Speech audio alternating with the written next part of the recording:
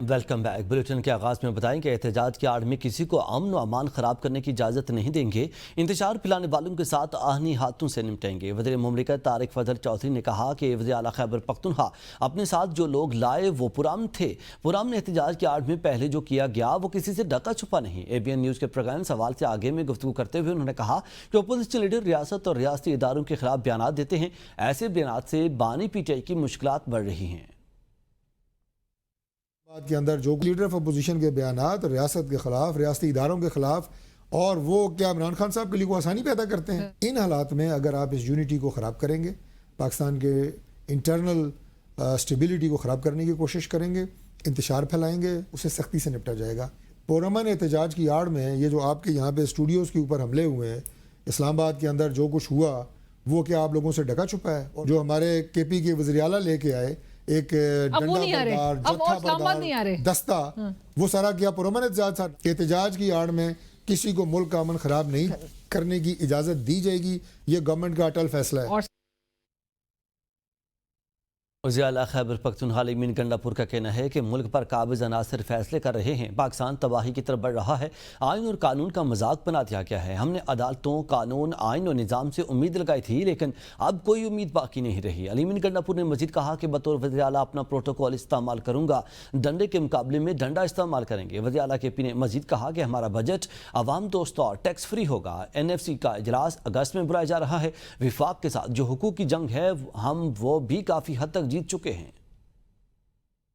Budget ہوگا، عوامی budget ہوگا۔ یہ جو لوگ اس ملک کے اوپر قابض ہوئے پڑے ہیں اور یہ فیصلے کر رہے ہیں اس ملک کے، اور ان فیصلوں سے ملک تباہ ہو رہا ہے۔ ہم نے عدالتوں سے امید رکھی، اس ملک کے آئین سے امید رکھی، اس ملک کے قانون سے امید رکھی، ہم نے اس ملک کے نظام سے امید رکھی۔ اب ہم اس لیے نا امید ہو گئے ہیں کہ ہم یہ سمجھ چکے ہیں کہ یہ لوگ اب صرف اگر یہ سمجھتے ہیں کہ ڈنڈے کے زور پہ ہمیں غلام بنایا جائے گا تو ہم ان کو جواب دیں گے کہ ہم ڈنڈے کے زور پہ غلام نہیں بنیں گے، بلکہ ڈنڈے کے مقابلے میں ڈنڈا اٹھائیں گے۔ کہ ہمارا جو بجٹ ہے وہ انشاءاللہ ٹیکس فری بجٹ ہوگا، عوامی بجٹ ہوگا۔ اگست میں NSC بلائی جا رہی ہے، ایک اور جنگ ہے جو کہ حکومتی جنگ ہے ہماری صوبوں کی، وفاق کے اپنے حقوق کے لیے کسی اور کا حق ہم نہیں مانگتے، تو انشاءاللہ وہ جنگ بھی انشاءاللہ ہم کافی حد تک جیت رہے ہیں اور اس میں ہمیں انشاءاللہ کامیابیاں مل رہی ہیں۔ فارم 47 سے اقتدار میں آنے والوں کے ہاتھ میں کچھ نہیں، اگر شہباز شریف بااختیار نہیں تو اقتدار چھوڑ دیں۔ اپوزیشن لیڈر عمر ایوب نے ABN نیوز کے پروگرام بدلوں میں گفتگو کرتے ہوئے کہا کہ میری بات یاد رکھ لیں، شہباز شریف اور ان کی ٹیم کے ساتھ بہت برا ہوگا۔ اگر خیبر پختونخوا میں حکومت سے پنگا لینے کی کوشش کی گئی تو منہ کی کھانا پڑے گی۔ انہوں نے مزید کہا کہ اسپیکر قومی اسمبلی نے میرے خلاف ریفرنس آگے بھیج دیا ہے، میرے علاوہ کسی کو بھی پارٹی کا ٹکٹ دے دیں، جیت وہی شخص سکے گا جسے پارٹی کھڑا کرے گی۔ کھانے پڑے گی۔ عمر یا بااختیار نہیں ہے تو پھر کام چھوڑ دے۔ کس ایویڈنس کے بیسس پہ آپ نے، کون سے ثبوتوں کے بنا پہ آپ نے یہ ریفرنس آگے کیا؟ KP ہے نا، کیا کریں گے؟ پنگا لے کے بھی منہ کے بل کھانے پڑے گی۔ عمر ایوب نہ ہوا XYZ ہوگا اور جیتے گی PTI۔ شہباز شریف اور ان لوگوں کے ساتھ بہت برا ہوگا۔ آگے بڑھیں اور آپ کو بتائیں کہ پانی بند کرنے کے بھارتی دھمکی امیز بیانیے کو پوری دنیا نے یکسر مسترد کر دیا۔ امریکہ اور دیگر ملکوں نے واضح کیا کہ سینتاس معاہدے کی خلاف ورزی قبول نہیں۔ پاکستان عالمی آبی معاہدوں کو مد نظر رکھتے ہوئے اپنے حق کے لیے آواز بلند کرے گا۔ وزیر اعظم شہباز شریف کا اجلاس سے خطاب، انہوں نے کہا کہ روایتی جنگ کی طرح آبی معاملے پر بھی بھارتی گمنڈ خاک میں ملائیں گے۔ پانی کے اپنے حق کو محفوظ بنانا ہم سب کے لیے اجتماعی چیلنج ہے۔ چاروں صوبوں کے عوام کو پانی کی ضروریات پوری کرنا حکومت کی ترجیح ہے۔ ہمیں اپنی آبی ذخائر خود بڑھانا ہوں گے، اگر آبی وسائل کے لیے اقدامات نہ کیے تو آئندہ نسلیں ہمیں معاف نہیں کریں گی۔ ہندوستان نے پاکستان کے خلاف جو پانی بند کرنے کا جو دھمکیاں دے رہا ہے، اس کو پوری دنیا نے اس کو ریجیکٹ کیا ہے۔ ہمیں اپنے 24 کروڑ عوام کے لیے، چاروں صوبوں کے اپنے بھائیوں اور بہنوں کے لیے، بزرگوں کے لیے، ہمیں پانی کی ہماری جو ریکوائرمنٹ ہے اس کو ہمیں سیکیور کرنا ہے۔ جس طرح ہم نے اس جنگ میں اس کو شکست فاش دی ہے، اس کا یہ بھی جو گھمنڈ ہے، غرور، اس کو بھی انشاءاللہ ہم سب مل کر خاک میں ملائیں گے۔ آبی ذخائر کو بلڈ کرنے کے لیے دیکھیں، جو تربیلا میں جو ہو رہی ہے سلٹ، ہزاروں لاکھوں ٹن سلٹ آ رہی ہے، اور ہر سال اس کی جو کیپیسٹی جو ہے سٹوریج کی وہ کم ہو رہی ہے۔ اس طرح منگلہ کو لے لیں، میں سمجھتا ہوں کہ this is high time that we take bold decisions and decisions which will create respect for all of you and all of Shimla معاہدہ بدستور بحال، دفتر خارجہ کا اہم بیان سامنے آ گیا۔ وزارت خارجہ نے اپنے بیان میں کہا ہے کہ شملہ معاہدہ ابھی تک باضابطہ منسوخ نہیں کیا گیا۔ دفتر خارجہ ذرائع کے مطابق شملہ معاہدے کی منسوخی سے متعلق کوئی تحریری اطلاع موصول نہیں ہوئی۔ خواجہ آصف کے بیان پر رد عمل دیتے ہوئے دفتر خارجہ نے بیان جاری کیا ہے کہ شملہ معاہدہ برقرار ہے۔ واضح ہے کہ خواجہ آصف نے اپنا موقع پیش کیا تھا کہ پاکستان کی نظر میں شملہ معاہدہ ختم ہو چکا ہے۔ انہوں نے کہا تھا کہ کنٹرول لائن اب سیز فائر لائن ہے، ہم 1948 کی پوزیشن پر واپس آ گئے ہیں۔ شملہ معاہدہ نہ ہونے سے کنٹرول لائن کا پرانا سٹیٹس بحال ہوگا۔ انہوں نے کہا تھا کہ شملہ معاہدہ صرف دو ممالک کے درمیان تھا، کوئی تیسرا فریق شامل نہیں۔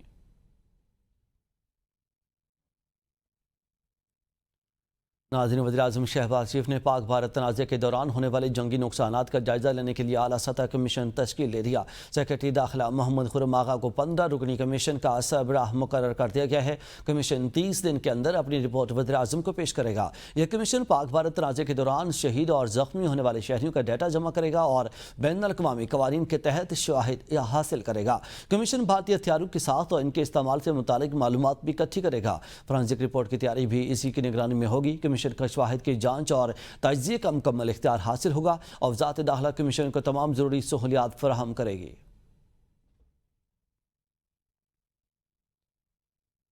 عالمی بینک نے دنیا بھر میں غربت جانچنے کا پیمانہ تبدیل کر دیا ہے۔ پاکستان سمیت لوئر مڈل انکم ممالک میں یومیہ آمدن کی حد $4.20 مقرر کر دی گئی ہے۔ اس سے پہلے یومیہ $3.65 سے کم کمانے والے خطے غربت میں آتے تھے۔ عالمی بینک کی رپورٹ کے مطابق نئے طریقے کے مطابق پاکستان کی 44.7% آبادی غربت کا شکار ہے۔ طریقہ بدلنے سے لوگوں کے معیار زندگی پر کوئی اثر نہیں پڑے گا۔ حکومت پاکستان نے تاحال نئی مردم شماری کے نتائج فراہم نہیں کیے۔ غربت جانچنے کے لیے نئی مردم شماری نہیں 2018 اور 19 کا پرانا ڈیٹا استعمال ہوا۔ پاکستان کی 16.5% آبادی انتہائی غربت کا شکار ہے۔ پاکستان دنیا کے نچلے درمیانے آمدنی والے ممالک کی فہرست میں شامل ہے۔ اس تعریف کے مطابق پاکستان کے 88.4% آبادی اس حد سے نیچے ہے۔ ذرائع کے مطابق پاکستان میں 3.98 کروڑ سے زیادہ افراد انتہائی غربت کی کیٹیگری میں شامل ہیں۔ ناظرین، کراچی کے لیے ماہانہ ایڈجسٹمنٹ میں بجلی سستی اور باقی ملک کے لیے مہنگی۔ کراچی کے لیے بجلی کی قیمت میں $2.99 فی یونٹ کی کمی کر دی گئی ہے۔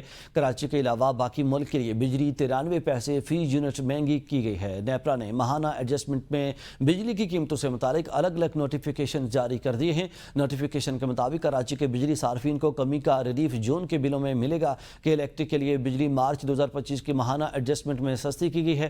باقی ملک کے لیے اپریل 2025 کے ایڈجسٹمنٹ میں بجلی کی قیمت میں اضافہ کیا گیا ہے۔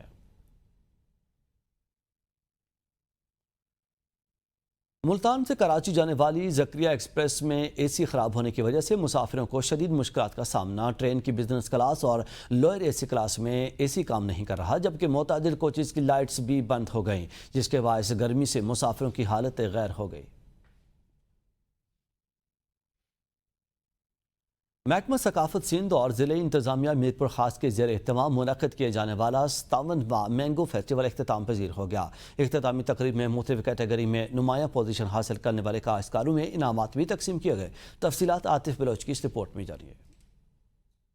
ثقافت سندھ اور ضلع انتظامیہ کی جانب سے شہید محترمہ بے نظیر بھٹو ایگزیبیشن ہال میں لگائے جانے والے 57ویں سالانہ مینگو فیسٹیول کی اختتامی تقریب کے مہمان خصوصی صوبائی وزیر ثقافت سید ذوالفقار علی شاہ تھے، جن کی آمد کے بعد انتظامیہ کمیٹی نے انہیں اسٹالوں کا دورہ کرایا، جہاں سندھ کے مختلف اضلاع سے آئے آبادکاروں نے 60 سے زائد اسٹالوں پر 30 کمرشل اور 400 سے زائد منفرد ناموں والی آموں کی اقسام رکھی تھی۔ اس موقع پر سید ذوالفقار علی شاہ کا میڈیا سے بات کرتے ہوئے کہنا تھا کہ مینگو شو سے میرپور خاص کا نام دنیا بھر میں جانا جاتا ہے اور سندھڑی آم میرپور خاص کی پہچان ہے۔ سندھڑی آم جو ہے میرپور خاص کی ایک سوغات ہے جو پورے ورلڈ میں جانا جاتا ہے۔